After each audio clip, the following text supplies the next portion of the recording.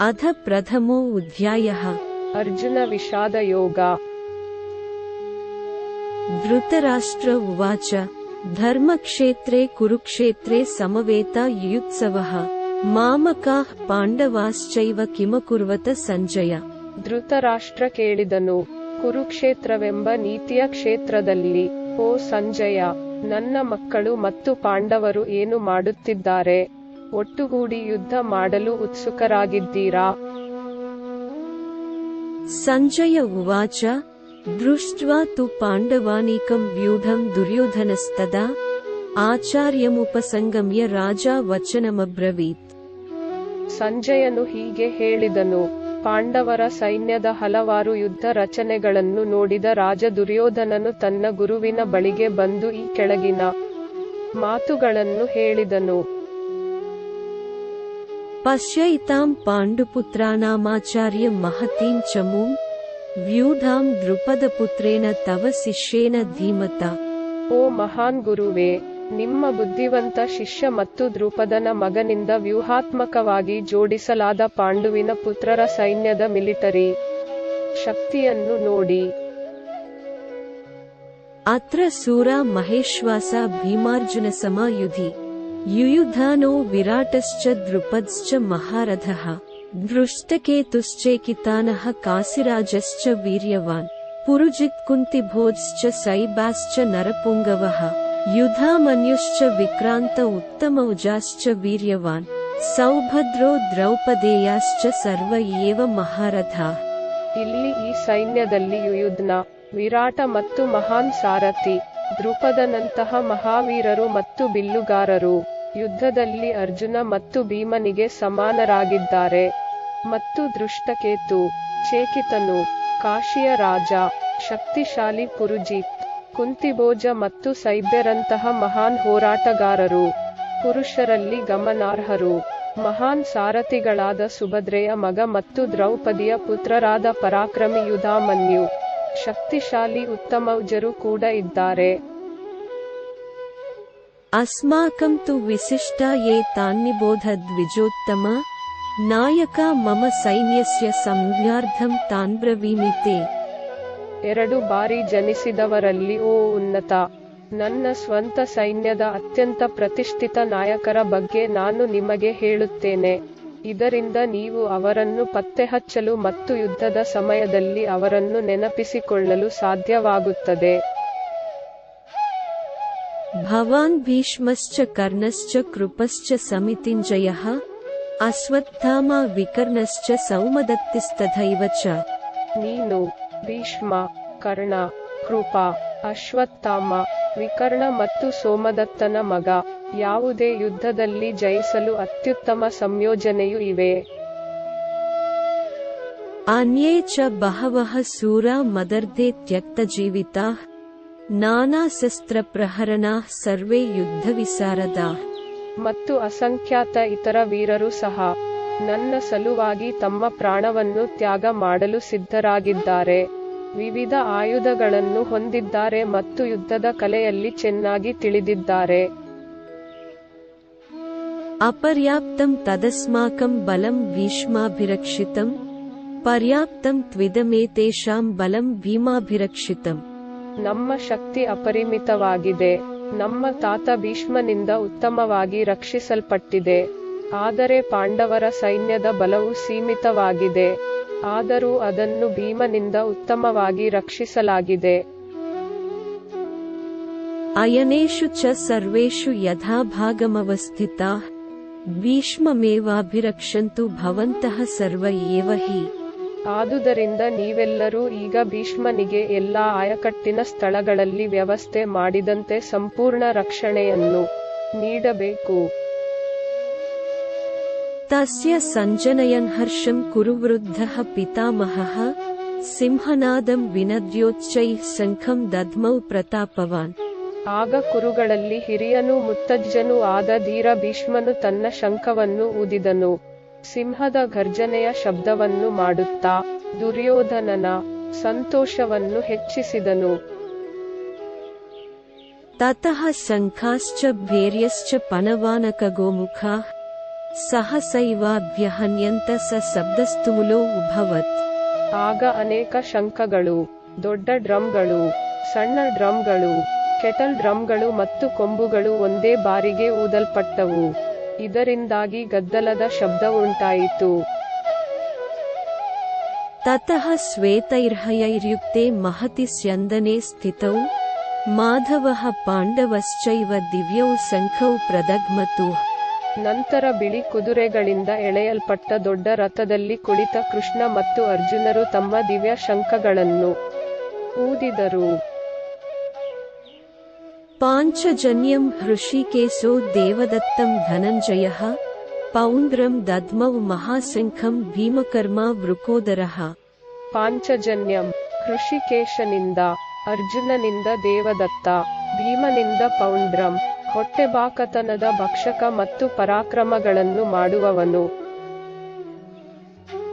ಅನಂತವಿಜಯಂ ರಾಜ ಕುಂತಿಪುತ್ರೋ ಯುಧಿಷ್ಠಿರಃ ನಕುಲಃ ಸಹದೇವಶ್ಚ ಸುಘೋಷಮಣಿಪುಷ್ಪಕೌ ಕಾಶ್ಯಶ್ಚ ಪರಮೇಶ್ವಾಸಃ ಶಿಖಂಡಿ ಚ ಮಹಾರಥಃ ದೃಷ್ಟದ್ಯುಮ್ನೋ ವಿರಾಟಶ್ಚ ಸಾತ್ಯಕಿಶ್ಚಾಪರಾಜಿತಃ ದ್ರುಪದೋ ದ್ರೌಪದೇಯಾಶ್ಚ ಸರ್ವಸಃ ಪೃಥಿವೀಪತೆ ಸೌಭದ್ರಶ್ಚ ಮಹಾಬಾಹುಃ ಶಂಖಾನ್ ದದ್ಮುಃ ಪೃಥಕ್. ರಾಜ ಮತ್ತು ಕುಂತಿಯ ಮಗನಾದ ಅನಂತವಿಜಯಂ, ನಕುಲ ಮತ್ತು ಸಹದೇವರಿಂದ ಯುಧಿಷ್ಠಿರ, ಸುಘೋಷ ಮತ್ತು ಮಣಿಪುಷ್ಪಕ, ಕಾಶಿಯ ರಾಜ, ಪರಮ ಬಿಲ್ಲುಗಾರ, ಶಿಖಂಡಿ, ಮಹಾನ್ ಸಾರಥಿ, ದೃಷ್ಟದ್ಯುಮ್ನ, ವಿರಾಟ ಮತ್ತು ಅಜೇಯ ಸಾತ್ಯಕಿ ತಮ್ಮ ತಮ್ಮ ಶಂಖಗಳನ್ನು ಊದಿದರು. ಓ ಭೂಮಿಯ ಒಡೆಯನೇ, ದ್ರುಪದನೇ, ದ್ರೌಪದಿಯ ಮಕ್ಕಳು, ಸುಭದ್ರೆಯ ಮಗ ಮತ್ತು ಪರಾಕ್ರಮಶಾಲಿ ಶಸ್ತ್ರಸಜ್ಜಿತ ಅಭಿಮನ್ಯು ಕೂಡ ತಮ್ಮ ಶಂಖಗಳನ್ನು ಊದಿದರು. ಸ ಘೋಷೋ ಧಾರ್ತರಾಷ್ಟ್ರಾಣಾಂ ಹೃದಯಾನಿ ವ್ಯದಾರಯತ್ ನಭ್ಶ್ಚ ಪೃಥಿವೀಂ ಚೈವ ತುಮುಲೋ ವ್ಯನುನಾದಯನ್. ಆ ಶಬ್ದವು ಧೃತರಾಷ್ಟ್ರನ ಪುತ್ರರ ಹೃದಯಗಳನ್ನು ಛಿದ್ರಗೊಳಿಸಿತು ಮತ್ತು ಆಕಾಶ ಮತ್ತು ಭೂಮಿಯು ಗದ್ದಲದ ಶಬ್ದದಿಂದ ಪ್ರತಿಧ್ವನಿಸಿತು. ಅಧ ವ್ಯವಸ್ಥಿತಾನ್ ದೃಷ್ಟ್ವಾ ಧಾರ್ತರಾಷ್ಟ್ರಾನ್ ಕಪಿಧ್ವಜಃ ಪ್ರವೃತ್ತೆ ಶಸ್ತ್ರಸಂಪಾತೆ ಧನುರುದ್ಯಮ್ಯ ಪಾಂಡವಃ ಹೃಷಿಕೇಶಂ ತದಾ ವಾಕ್ಯಮಿದಮಾಹ ಮಹೀಪತೆ. ಅಲ್ಲಿ ಧೃತರಾಷ್ಟ್ರನ ಮಕ್ಕಳು ಹೀಗೆ ಸಜ್ಜುಗೊಂಡಿರುವುದನ್ನು ನೋಡುತ್ತಾ, ಯುದ್ಧಕ್ಕೆ ತನ್ನನ್ನು ತಾನು ಸಿದ್ಧಪಡಿಸಿಕೊಳ್ಳುತ್ತಾ, ಬಿಲ್ಲು ತನ್ನ ಕೈಯಲ್ಲಿ ತೆಗೆದುಕೊಳ್ಳಲು ಸಿದ್ಧನಾದ ಅರ್ಜುನ.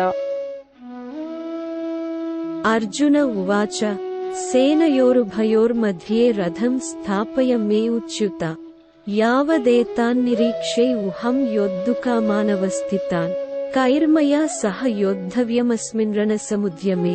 ಓ ಲೋಕದ ಪ್ರಭುವೇ ಅರ್ಜುನ, ಈ ಮಾತುಗಳನ್ನು ಹೃಷಿಕೇಶನಿಗೆ ಹೇಳಿದನು. ಅರ್ಜುನ, ಓ ಕಳಂಕವಿಲ್ಲದವನೇ, ಎರಡೂ ಸೇನೆಗಳ ಮಧ್ಯದಲ್ಲಿ ದಯವಿಟ್ಟು ನನ್ನ ರಥವನ್ನು ತೆಗೆದುಕೊಂಡು ಹೋಗಿ ನನ್ನನ್ನು ನಿಲ್ಲಿಸಿ ಎಂದು ಹೇಳಿದನು. ಈಗ ಇಲ್ಲಿ ಹೋರಾಡುವ ಬಯಕೆಯಿಂದ ನಿಂತಿರುವ ಮತ್ತು ನಾನು ಪ್ರಾರಂಭವಾಗಲಿರುವ ಈ ಯುದ್ಧದಲ್ಲಿ ಯಾರೊಂದಿಗೆ ಹೋರಾಡಬೇಕೋ ಅವರೆಲ್ಲರನ್ನೂ ನೋಡಲು ನಾನು ಬಯಸುತ್ತೇನೆ. ಯೋತ್ಸ್ಯಮಾನಾನವೇಕ್ಷೆ ಉಹಂ ಯ ಏತೆ ಉತ್ರ ಸಮಾಗತಾಃ ಧಾರ್ತರಾಷ್ಟ್ರಸ್ಯ ದುರ್ಬುದ್ಧೇರ್ಯುದ್ಧೇ ಪ್ರಿಯಚಿಕೀರ್ಷವಃ. ಧೃತರಾಷ್ಟ್ರನ, ದುರ್ಯೋಧನನ ದುಷ್ಟ ಮನಸ್ಸಿನ ಮಗನ ಕ್ಷೇಮವನ್ನು ಹಾರೈಸುತ್ತಾ, ಇಲ್ಲಿ ಯುದ್ಧ ಮಾಡಲು ಒಟ್ಟುಗೂಡಿರುವವರೆಲ್ಲರನ್ನೂ ನಾನು ನೋಡಲಿ. ಸಂಜಯ ಉವಾಚ ಏವಮುಕ್ತೋ ಹೃಷಿಕೇಶೋ ಗುಡಾಕೇಶೇನ ಭಾರತ ಸೇನಯೋರುಭಯೋರ್ಮಧ್ಯೆ ಸ್ಥಾಪಯಿತ್ವಾ ರಥೋತ್ತಮಂ. ಸಂಜಯನು ಹೇಳಿದನು, ಓ ಭರತ, ಅರ್ಜುನನು ಹೀಗೆ ಸಂಬೋಧಿಸಿದನು.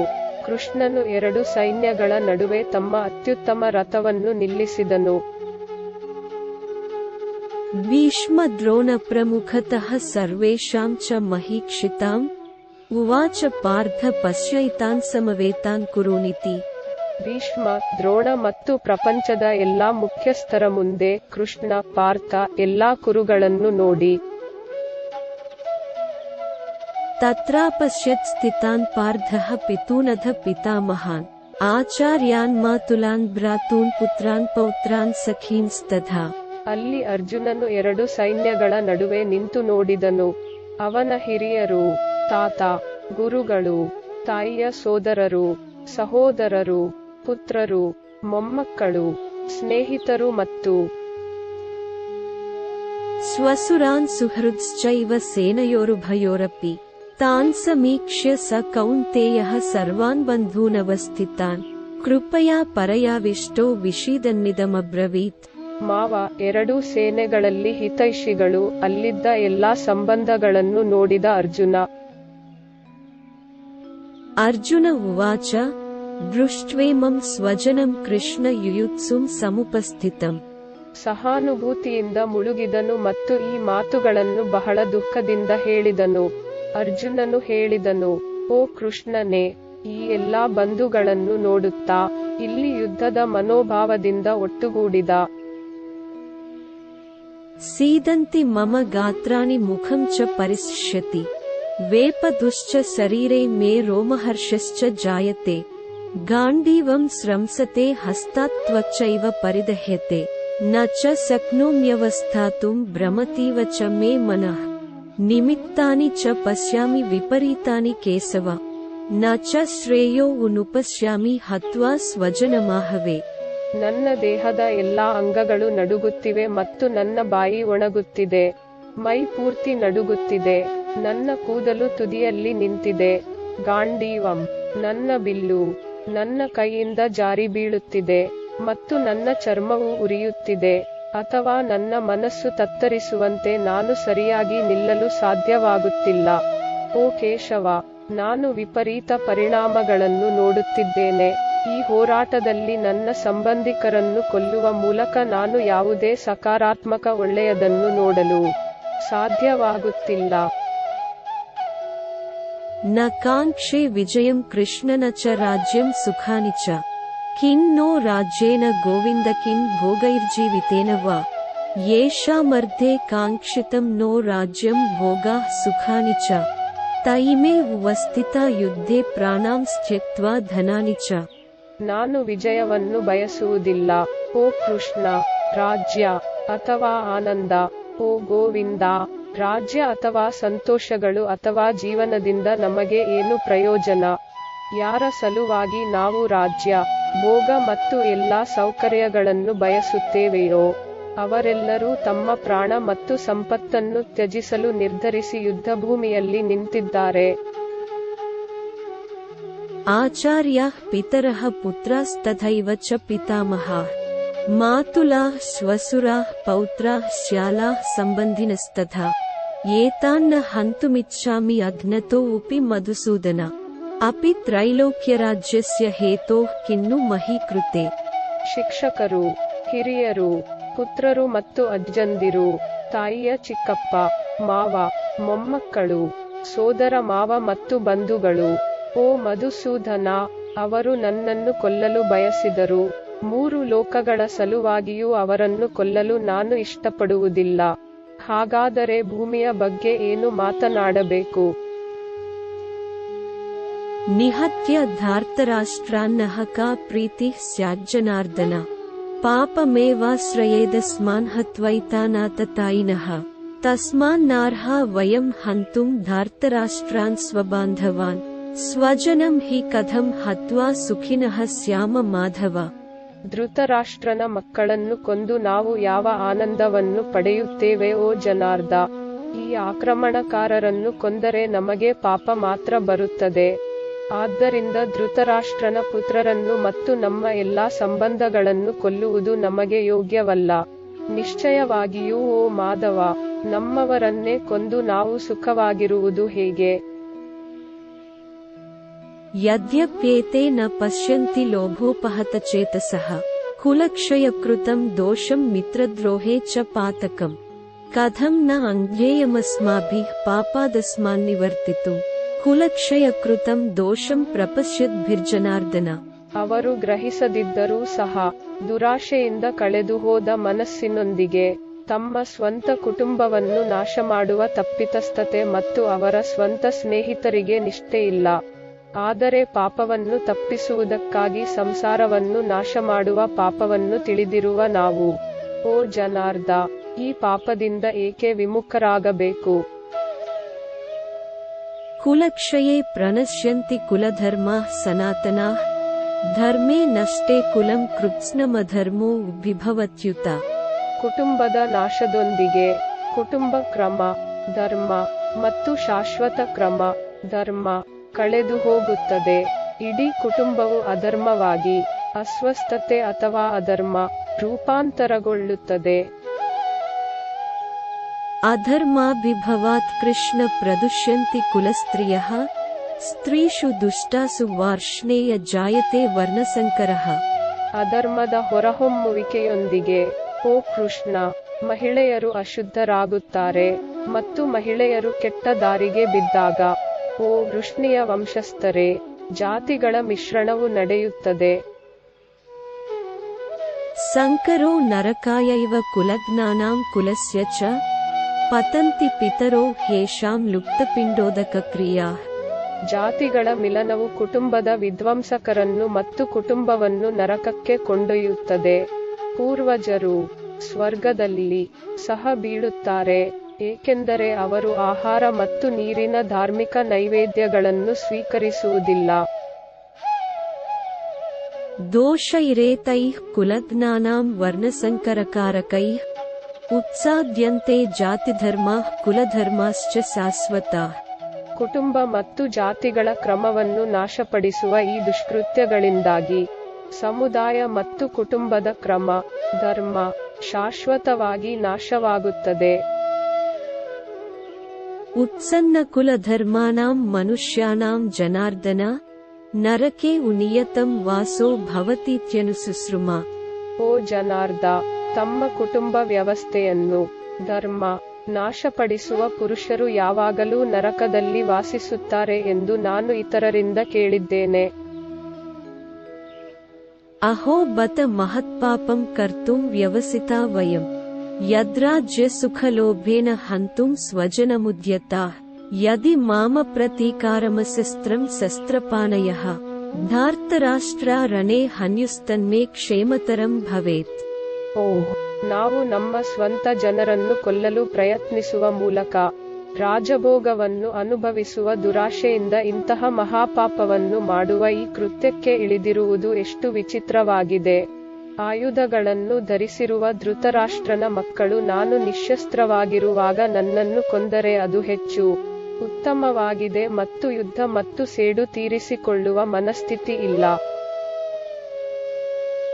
ಸಂಜಯ ಉವಾಚ ಏವಮುಕ್ತ್ವಾರ್ಜುನಃ ಸಂಖ್ಯೇ ರಥೋಪಸ್ಥ ಉಪಾವಿಶತ್ ವಿಸೃಜ್ಯ ಸಸರಂ ಚಾಪಂ ಶೋಕಸಂವಿಘ್ನಮಾನಸಃ. ಸಂಜಯನು ಹೇಳಿದನು. ಯುದ್ಧಭೂಮಿಯ ನಡುವೆ ಹೀಗೆ ಹೇಳುತ್ತಾ ಅರ್ಜುನನು ತನ್ನ ರಥದಲ್ಲಿ ಕುಳಿತು ದುಃಖದಿಂದ ಮಾನಸಿಕವಾಗಿ ದುಃಖಿತನಾಗಿ ತನ್ನ ಬಿಲ್ಲು ಮತ್ತು ಬಾಣಗಳನ್ನು ಪಕ್ಕಕ್ಕೆ ಹಾಕಿದನು. ಓಂ ತತ್ಸದಿತಿ ಶ್ರೀಮದ್ಭಗವದ್ಗೀತಾಸೂಪನಿಷತ್ಸು ಬ್ರಹ್ಮವಿದ್ಯಾಯಾಂ ಯೋಗಶಾಸ್ತ್ರೇ ಶ್ರೀಕೃಷ್ಣಾರ್ಜುನ ಸಂವಾದೆ ಅರ್ಜುನ ವಿಷಾದಯೋಗೋ ನಾಮ ಪ್ರಥಮೋ ಅಧ್ಯಾಯಃ. ದೈವಿಕ ಭಗವದ್ಗೀತೆಯ ಉಪನಿಷತ್ನಲ್ಲಿ ಅರ್ಜುನನ ದುಃಖದ ಯೋಗ ಸಂಪೂರ್ಣ ಜ್ಞಾನ ಯೋಗ ಗ್ರಂಥ ಮತ್ತು ಅರ್ಜುನ ಮತ್ತು ಭಗವಾನ್ ಕೃಷ್ಣನ ನಡುವಿನ ಚರ್ಚೆಯ ಮೊದಲ ಅಧ್ಯಾಯವು ಕೊನೆಗೊಳ್ಳುತ್ತದೆ.